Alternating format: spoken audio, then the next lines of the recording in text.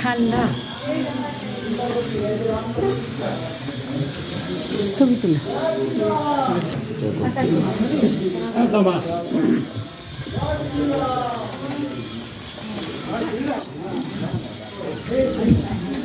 আর কেমন যাবে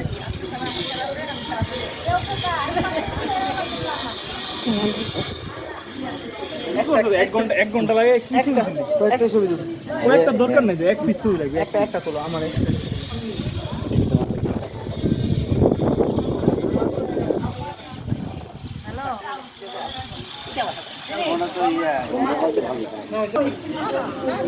ছবি তুলতেছি আপনাকে। হ্যাঁ ভালো করে তুলে হরে কৃষ্ণ কৃষ্ণ কৃষ্ণ হরে হরে হরে রাম রাম রাম এ হচ্ছে শালগ্রামের একটি মিলন মেলা। হাজার হাজারে শালগ্রাম, যা হচ্ছে ভগবানের নারায়ণ রূপ। ভগবান পবিত্র গণ্ডকী অভিশাপে এইভাবে শালগ্রাম প্রাপ্ত হয়েছে এবং বৃন্দা দেবীরও অভিশাপ আছে।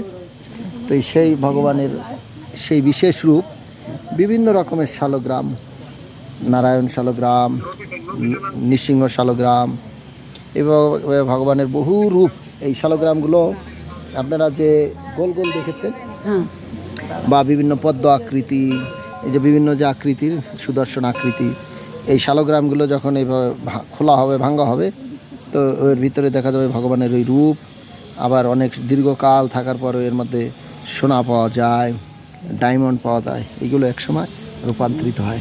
তো হিন্দুরা কোনো শালগ্রাম, কোনো মহিমান্বিত পাথরকে ওই কষ্টি পাথর হোক আর অনেক মূল্যবান ধাতু, অষ্টধাতু হোক, তাকে ওই হিসাবে পূজা করে না, তারা ভগবান রূপেই পূজা করে। এটা অন্যদের কাছে ধাতু, আমাদের কাছে এটা ভগবানের বিশেষ রূপ। তো এইরকম এই এক জায়গা এই শ্রী সম্প্রদায়ের, সেই দক্ষিণ ভারতের শ্রী সম্প্রদায়ের বৈষ্ণবেরা এখানে এসে এই, যেহেতু তাদের আরাধ্য ভগবান হচ্ছেন নারায়ণ, তাই তারা এই মন্দির স্থাপন করেছে। এটা হচ্ছে রামানুসারাধ্য সম্প্রদায়ের, হ্যাঁ, শ্রী সম্প্রদায়ের বৈষ্ণবদের দ্বারা সেবিত পূজিত।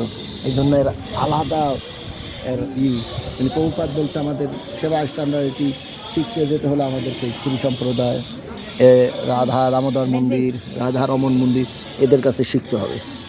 মানে স্ট্যান্ডার্ড, সেবার স্ট্যান্ডার্ড। তো এরা হচ্ছে সেই মহান বৈষ্ণব শ্রী সম্প্রদায়। হরে কৃষ্ণ কৃষ্ণ কৃষ্ণ হরে হরে। না রাখেন, ভিডিও লম্বা হয়ে গেছে, অনেক লম্বা হচ্ছে।